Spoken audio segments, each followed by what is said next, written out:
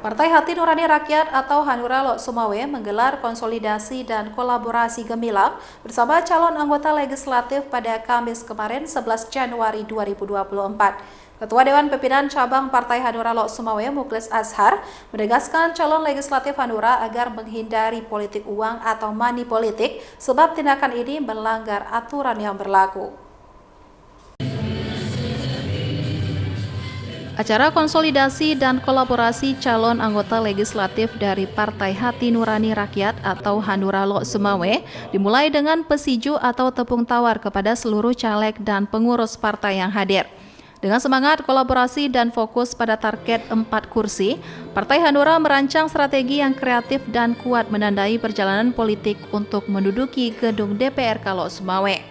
Dalam suasana kolaboratif, Hanura berkomitmen untuk efektif menjalankan anggaran DPRK dan penting untuk memastikan bahwa setiap program pembangunan menghasilkan pendapatan asli daerah atau PAD yang maksimal agar potensi daerah tidak terbuang percuma. Ketua Dewan Pimpinan Cabang Partai Hati Nurani Rakyat atau Hanura Lok Sumawe Mukhlis Azhar juga meminta calon legislatif menghindari politik uang atau money politik karena tindakan tersebut melanggar aturan berlaku dan bila nanti terdapat salah seorang dari Partai Hanura yang bermain money politik akan langsung ditindak. Menurut Mukhlis, politikus dari Partai Hanura harus mampu mengedukasi masyarakat supaya tidak ada lagi yang menggunakan uang untuk meraih kekuasaan karena perbuatan tersebut tidak terpuji. Memenangkan Partai Hanura di DPRK Kota Lok Sumawe khususnya itu bisa mencapai 4 kursi di DPRK Kota Lok Sumawe. Untuk apa? Untuk kami bisa berbuat lebih banyak lagi di Kota Lok Sumawe ini. Kemudian DPRA Tegak Lurus, DPRA, DPR RI, kemudian ke Presiden, ya, itu kita Ganjar Mahfud tegak lurus ke sana.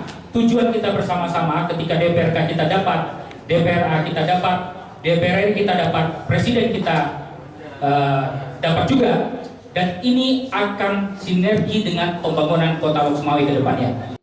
Di sisi lain, Hanura Lok Sumawe membidik 4 kursi Dewan Perwakilan Rakyat Kota atau DPRK pada pemilihan umum 2024. Target tersebut merupakan instruksi dari pengurus pusat, sedangkan untuk DPRA dan DPR RI hanya ditargetkan 1 kursi. Dari Lok Sumawe, Armia Jalmil iNews melaporkan.